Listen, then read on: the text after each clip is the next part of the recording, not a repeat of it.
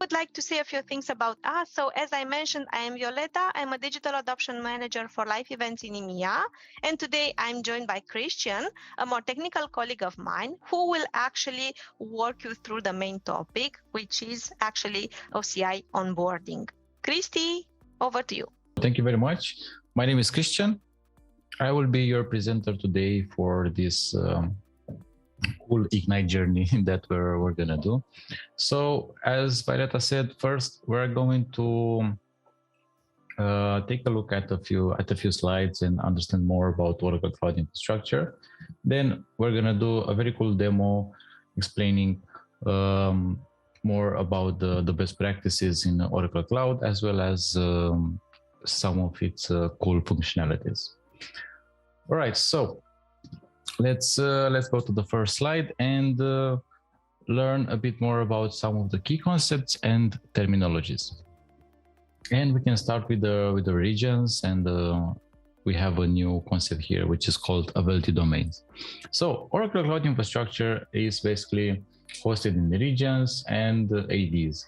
A region is a localized geographical area, and an AD, you're going to see later, an availability domain is one or more data centers that are located within a region.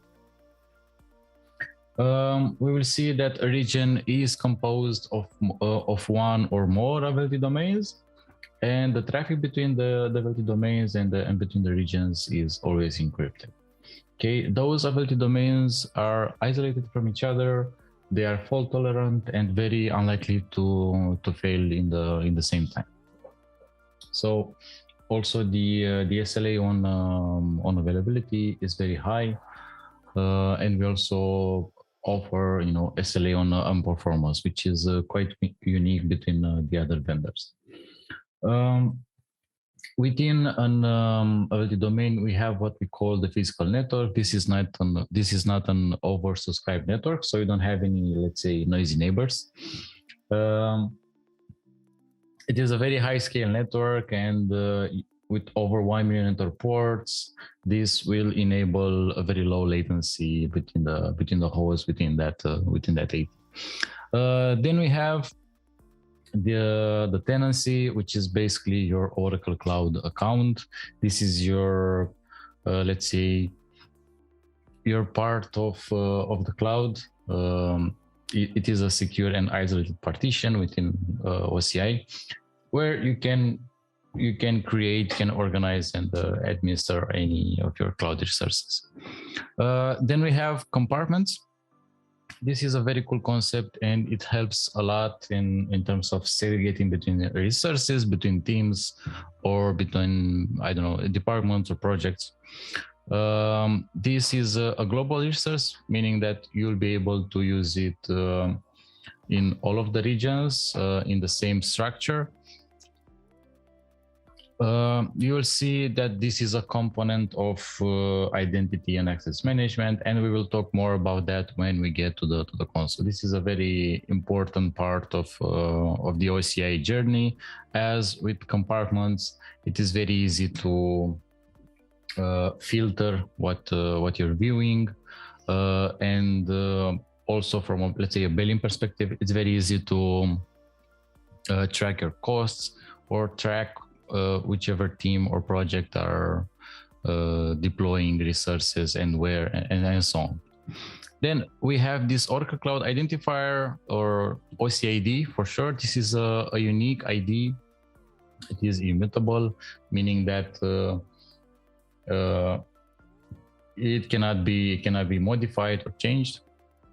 Every Oracle Cloud Infrastructure resource will have an OCID, and you will see that even if you, let's say, have two resources with the same name, although it might be very difficult to differentiate between them, if you go ahead and check each resource's OCID, you'll see that they are actually very different.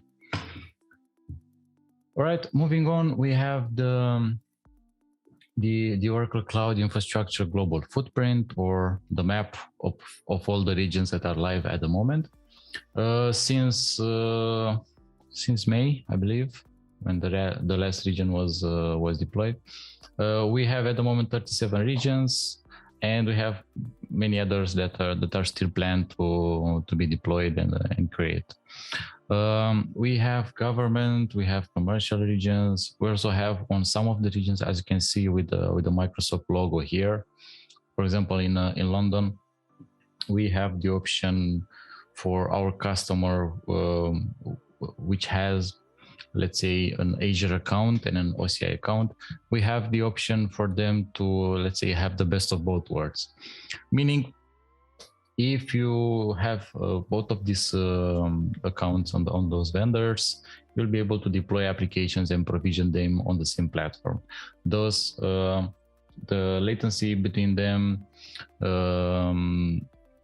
as well as the network bandwidth and the connections, will be almost seamless. We are adding multiple cloud regions around the world to basically provide local access to our cloud resources for all of our customers. To accomplish this in a very fast way and quickly, we've chosen to launch regions in new geographies with one AD. But you will still see some regions such as Frankfurt, for example, which have 3 LD domains. But there's never a problem with the number of ADs, let's say, because each of these LD domains, they come with a grouping of hardware and infrastructure, which is called a fault domain, and they have 3 fault domains per each AD. These fault domains will basically help you distribute your instances, so they will not be on the same physical hardware in a single AD per se. This will help, with big natural disasters, with major, outages, unplanned outages, and so on. So it is very, very unlikely for something to happen from an infrastructure level, right?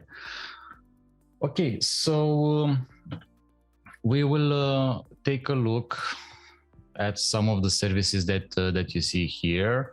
Those are some of the categories of the services that you will be able to find and deploy and provision in Oracle Cloud Infrastructure. Let's go through them very quick, and I will explain a bit more when we get to the demo right after this slide.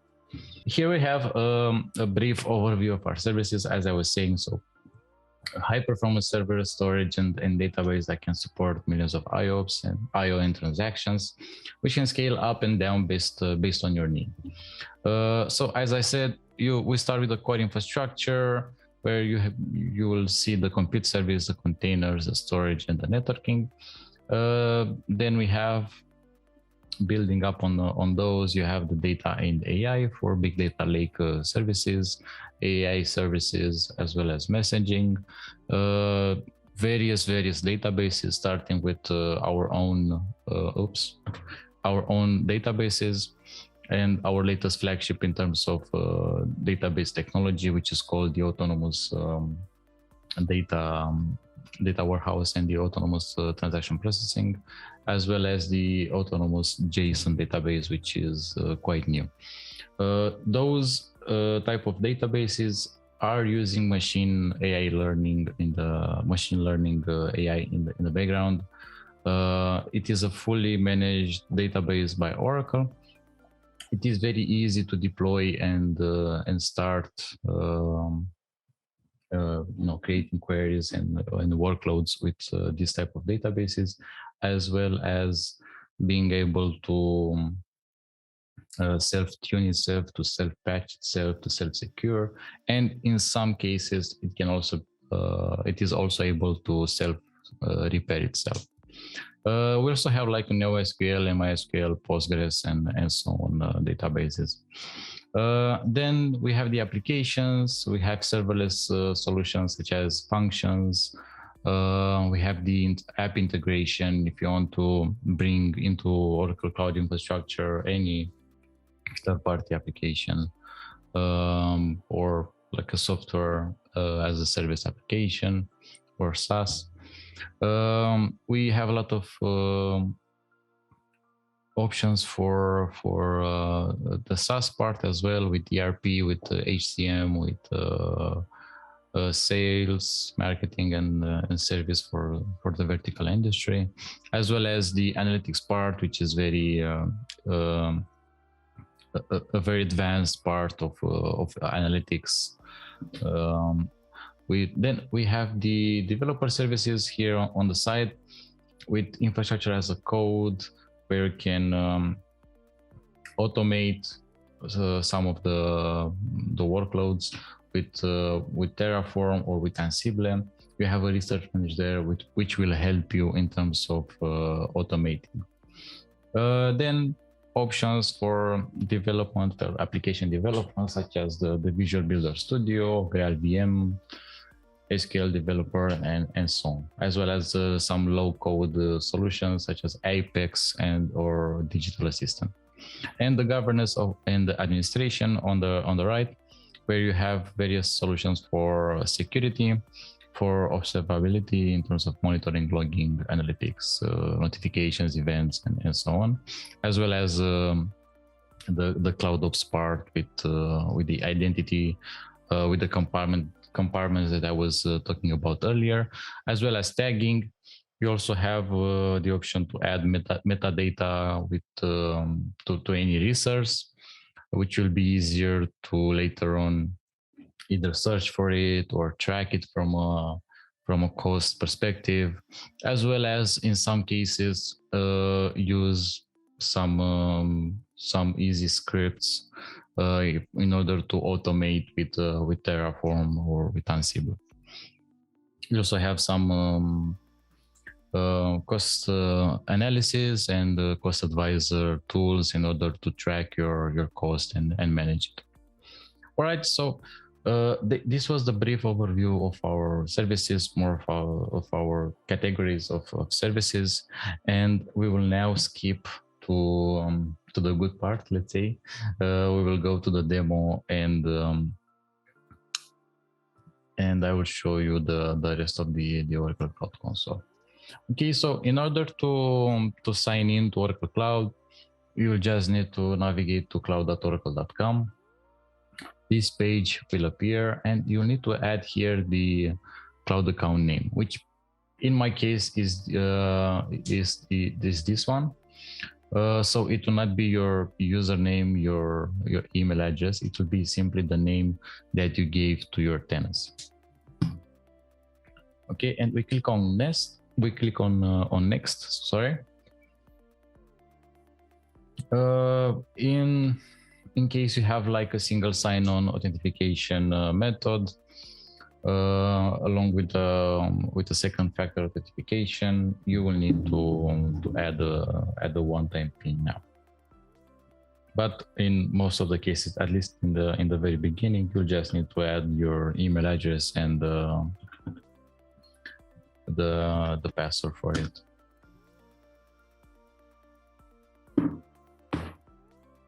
Right, and here we are. This is the Oracle Cloud Infrastructure Console. I will zoom it a little bit just to make sure that you can see it.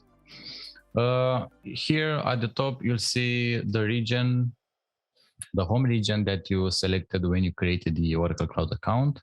You can also change it to whichever region you want. You'll not see those options here by default. You'll need to click on the regions, on manage regions, and you'll just need to subscribe to any of the regions that you desire there. After subscribing to those regions, it should appear here in the list.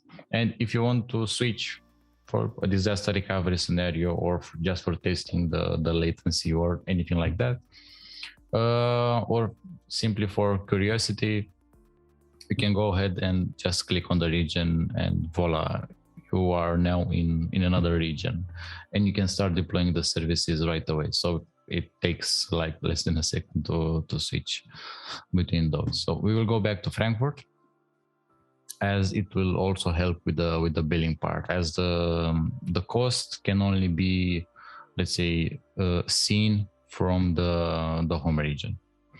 You have some shortcuts here for the billing part, for adding a user to your tenancy. You have a release notes page where you can see the latest updates and the latest changes in Oracle Cloud. And I would recommend to check this at least once a week, because as cloud, being such a dynamic environment, anything can appear overnight, right? You have here some service links, some of the recently visited, or some of the recommended links to start your Oracle Cloud journey, as well as quick starts, where these are done with the resource manager, either using the Terraform or the Ansible. You can start a WordPress website in like 6 to 8 minutes just by following the process in the wizard. Basically, you just need to maybe like give it a name, click on continue, and it will do all the work for you. You can also launch some resources with the wizard directly from this page here, as well as checking some of the documentation and the forum, the community forum, or the blog from the right side of the screen. All right, so here we have some interesting buttons. Here is the Cloud Shell, and this is very important because it can help you a lot in terms of portability. This is a small Linux machine, which will help you to use the Oracle Cloud infrastructure in a command line interface. It will help you to check like various resources directly, or can create some scripts very easily, or can connect to a compute instance, which is also in the hands-on part of this event in the next 2 weeks. After the Cloud Shell will connect to your tenancy, you can simply start either uploading like SSH keys. You can do file transfers or anything like that. You can start interacting with your Oracle Cloud through the Cloud Shell. And since it is browser based, you can do it on whichever device you want. Here we have an announcements button and notifications, and then the support part can be found in the question mark button. We have here the support center. You can also chat with the digital assistant.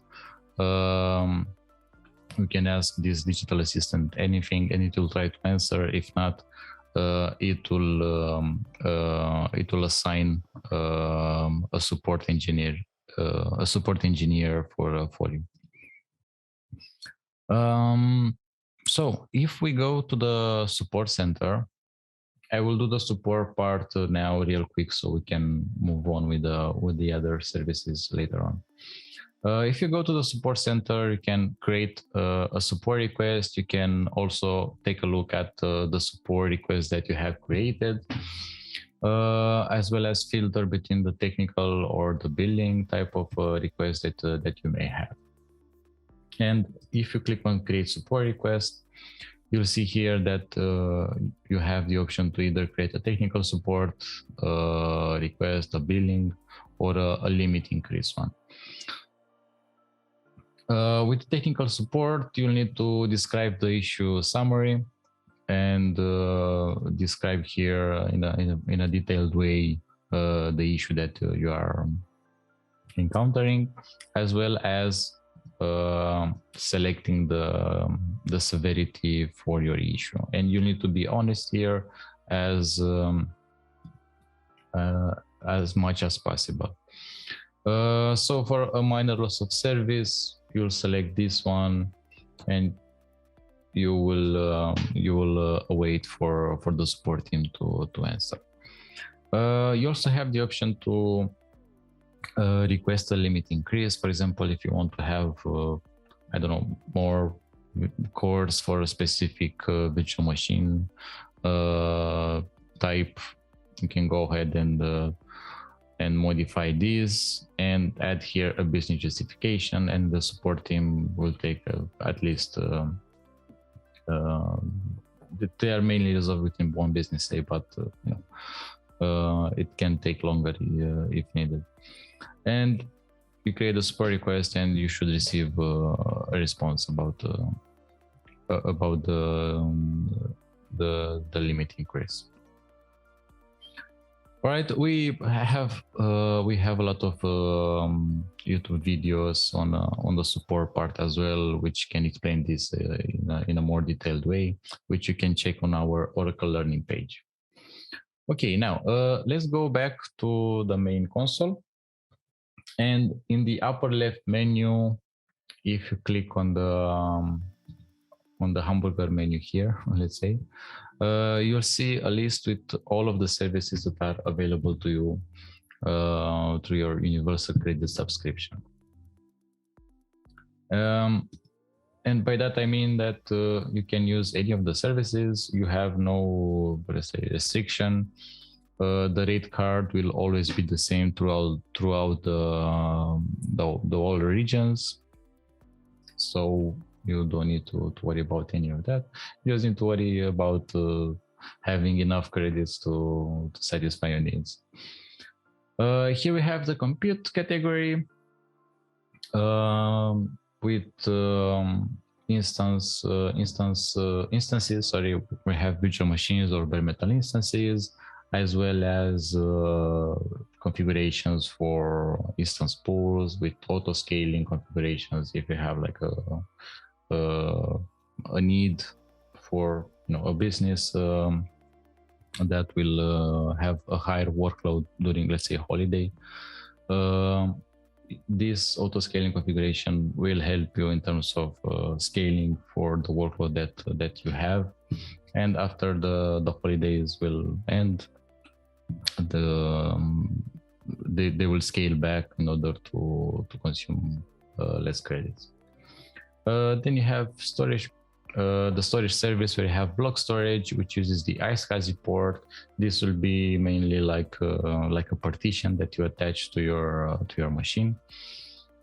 It uses the iSCSI port, as I said. Then you have the file storage, which uses the NFS port. This is mainly for sharing, as well as the object storage and the archive storage, which are used for database backup, as well as sharing. And the archive storage can be used for retaining database data that you want to keep for a longer period of time. So like if you want to keep something for audit purposes, it will be with lower cost, of course, and lower performance, as you don't use that data on a daily basis.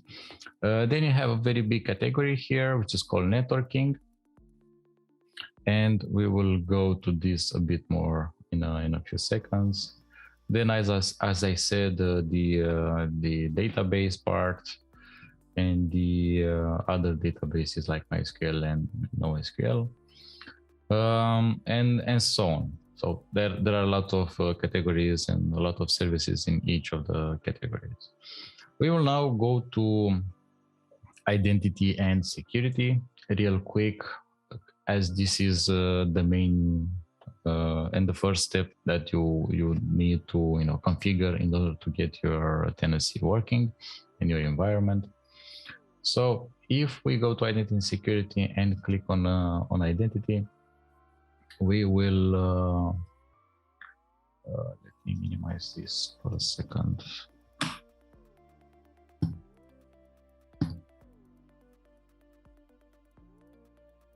All right. So if we jump to identity, you will see here a lot of learn more buttons, help buttons, frequently asked questions, and so on. And how to get started with the identity. This is very helpful. How to set your single sign-on or setting up your multi-factor authentication. Or if you want to add another identity provider, such as Active Directory, if you want to sync your users with AD, you'll also have a guide here that will do just that. We will need to go firstly to the domains, and we will select our current domain. You can also create multiple domains, but this the first domain, the default one, will be free. And here, if we want to create a user and give access to various services for that user, we will need to follow the next process. Because Oracle is using the least privilege principle in terms of security, that means that if you just create a user, that user will not have access to anything in your environment, in your tenancy. And in order to assign access to that user, you will need to add that user to a group. All right, and that group, needs to have a policy attached to it that will tell the exact type of access and where that access should be. The where part, the location will be the compartment. You can do this in a very granular way with compartments, and I would recommend as a best practice to do just that. For example, if we create here a group which is called networking admins, let's say, let's put here, and the description is kind of mandatory on all of the resources. Okay, so test for webinar purposes. Let's just put test for webinar. I can add some users that I already created directly from here, or I can just create this is optional. I can just create the group, and later on I will use it. So we will first create the group. Let's also create a user and add it to that group. Okay, build something here like test demo and the name of the webinar. The username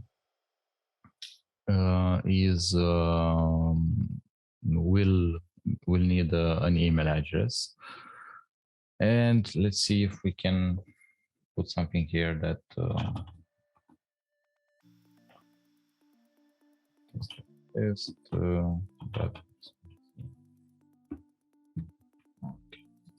so it worked. We can assign the username, the user as a cloud account administrator, and therefore we will not need to add another permission to the group or anything like that. It will add it automatically to the administrators group, which is the group created by default for the admins, and it will already have all the permissions assigned to it. But we will not use that. We will add it to our newly created group for this webinar. Sadly, the email address is invalid, but you get the idea. I don't have a working test email for now that can also satisfy the needs for GDPR. But after assigning the user to the group, you will simply need to go back to domains and go to the policies part. Here, I would recommend to create any of the policies directly on the root compartment. This is basically the compartment that will have access to all of the tenancy. And it is a best practice, as I said, because if you create a policy in a sub-compartment, you will be kind of limited in the future if you want to upscale that compartment or change the type of policy or anything like that. So you have to recreate it, and it can be a bit tricky. And it is also much simpler to find all the policies here than going through each compartment to check the policies that you have in place. From an administrative view, it is much easier. Then we click on create policy. We give it a name and a description. And then we have here a tool that is very useful, especially in the beginning. This is called the policy builder. And here we have some of the, let's say, the most common policies that you'll find. We can select here a category such as the network management, for example, or we can simply search for something that will help us here, and we'll see what we can find for the network part. Since we have named our group the networking admins, and let's say that we want to let our network admins to manage a cloud network or manage all the resources there. You can also have them manage like a separate networking resource. We will choose this one. The identity domain will be the default one since it's the only one at the moment. Then it will let us select the networking admins group directly here, as well as the location, which will be the compartment. We did not create a specific compartment for our networking admins, but I will give them access to my personal compartment. And this is how the policy will look after selecting all the details here. If you are not satisfied with any of the common policy templates that you may find here, you can at any point in time click on show manual editor, and you can create your own policy. You can also see that it will help. It will let you edit the policy that it just generated for you. And even though if you want to use like something custom, I would recommend using the policy builder, as it is much simpler and much easier to select at least the group and the compartment. Because in case you have like multiple groups, or maybe you have like complex names for the groups or for the compartment, it can be easy to do like a mistype here or anything like that. And at least from my point of view, I think it is a best practice. Here you have an example on how a policy is constructed. And if you click on any of the hyperlinks, it will take you to the documentation for that specific service. So for Verb, if you click again here on this link, we will see a list of the verbs that are available in OCI, starting with inspect and increasing in terms of the permission level. So inspect is mainly used for third-party auditors. Then you have read, which includes the permission above, plus the ability to get like user-specified metadata and the actual resource itself. This is mainly used for internal auditors. Again, use will include the permission from the verb above, from read, plus the ability to work with actual resources. This is mainly for day-to-day end users of resources. Then you have manage, which basically it is used by administrators and includes all the permissions above, plus the admin ones. If you click on the resource type, you'll see that you'll have a lot of families here. This is what they're called. And if you click on, let's say, the details for container engine for Kubernetes, the cluster family, or let's go with the virtual network family, since we created the networking admins group. You see that you have a lot of options here and can go really custom with the policies. You can also add some conditions. For example, if you want to only have access in a specific region, you can also do that with the conditions, and you can find all about this in the documentation for each of the terminologies here. All right, I think that that was it for the identity part. Compartments can be created really simple. If you go to compartments, you just need to click on create compartment. You'll always need to give a parent to that specific compartment. By default, the root will always be the parent one.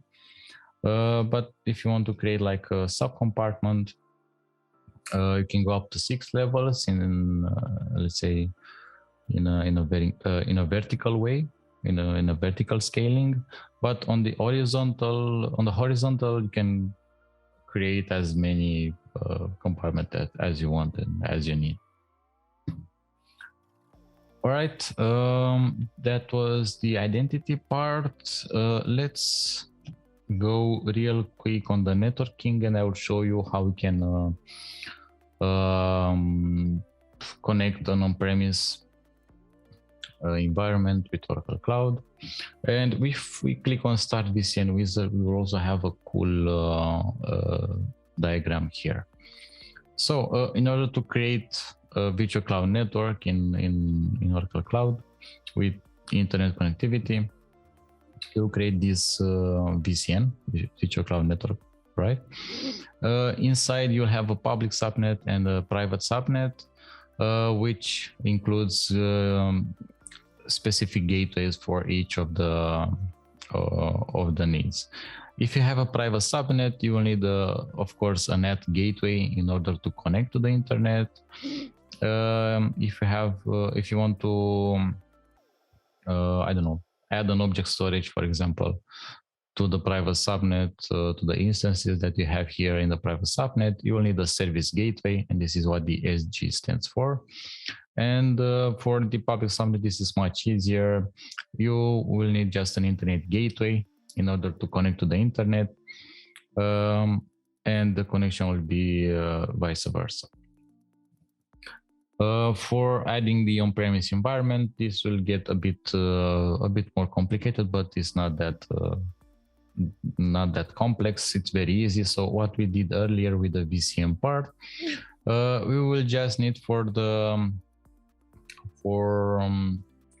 cloud part, we will need a connector, and this is called the DRG, or the dynamic routing gateway.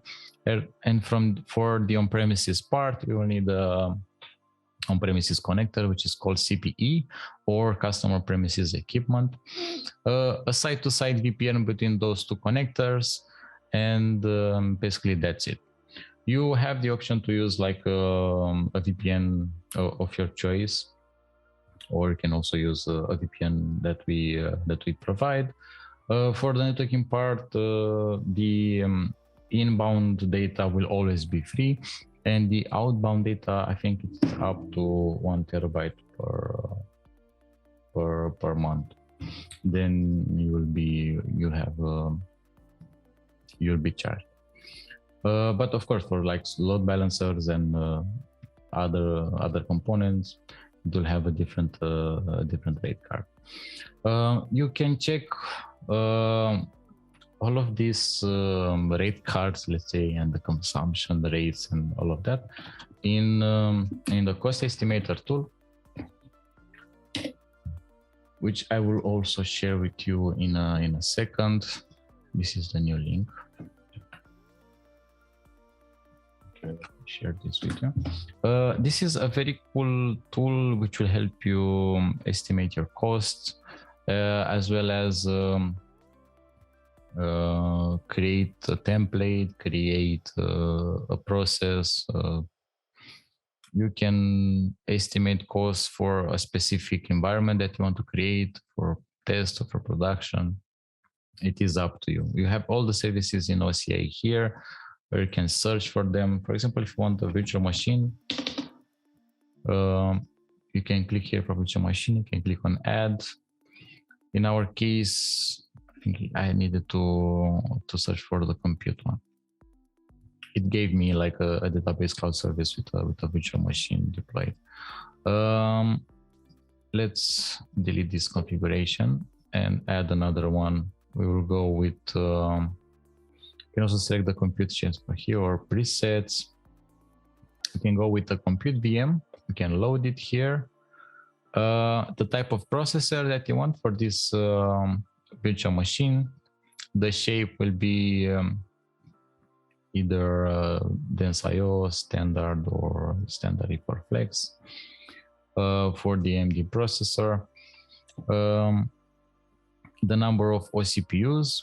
This is Oracle CPU, so it's not like the normal CPU.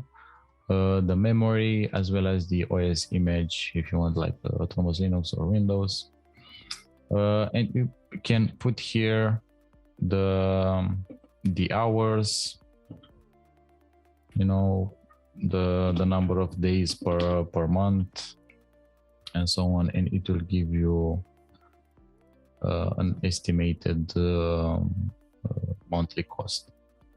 The number of instances, let's say that I want 5 instances, maybe you wanted just 10 hours per day, you know, just the working days, let's say. It will give us a specific estimated cost, and you can play with it with all of the services. Let's go real quick to cost analysis, and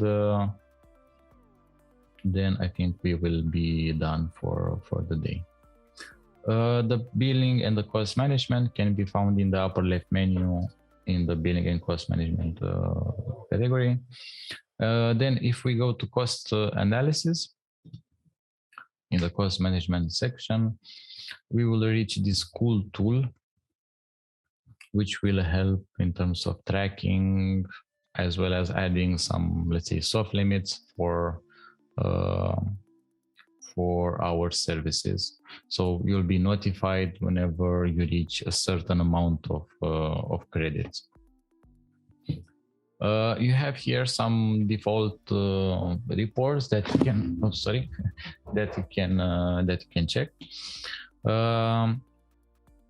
Or you can create your own by modifying the date, for example. Maybe you want to go from the 1st of May. Then if you go on several months, the granularity should be changed to monthly.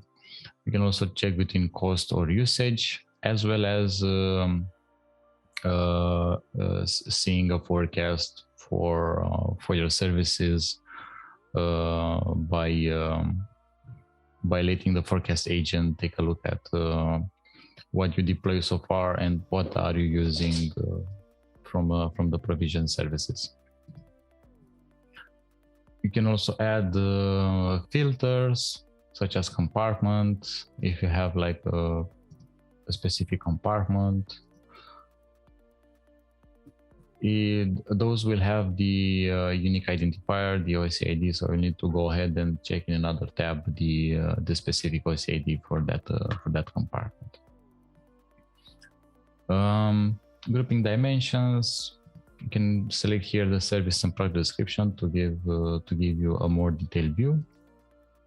And when you clicked on apply, it will give you the details, which will be a bit more advanced than just the default reports. You'll see here the type of services. You'll have a legend here for each color. You can also put this in a cumulative view, right?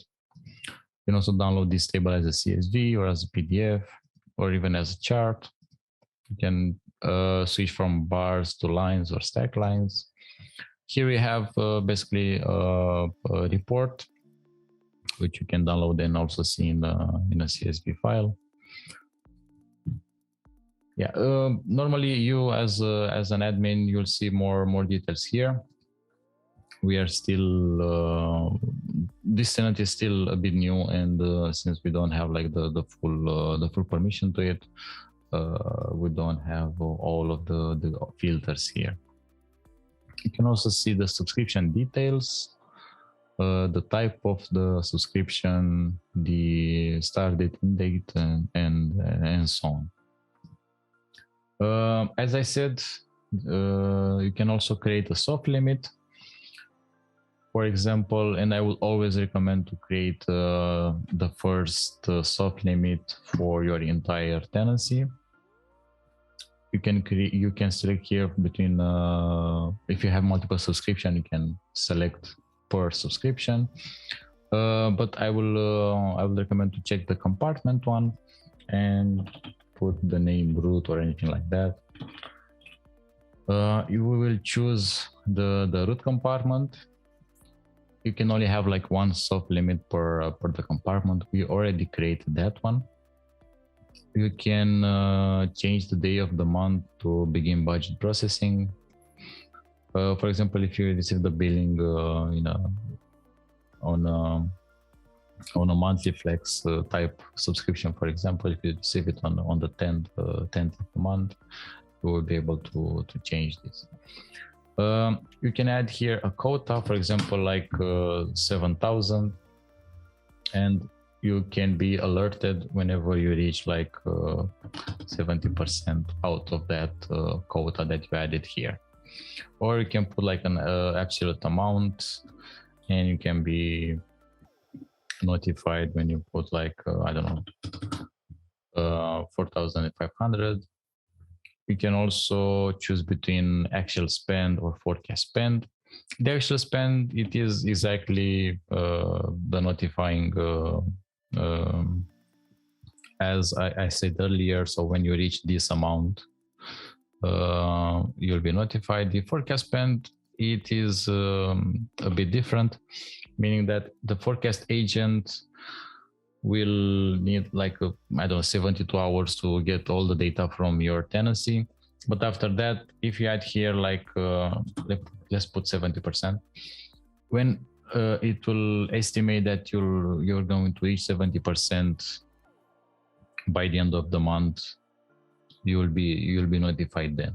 So for example, if I deploy some services real quickly and we are only just beginning the month, like, in the first 5 days, it will see that rate, it will see the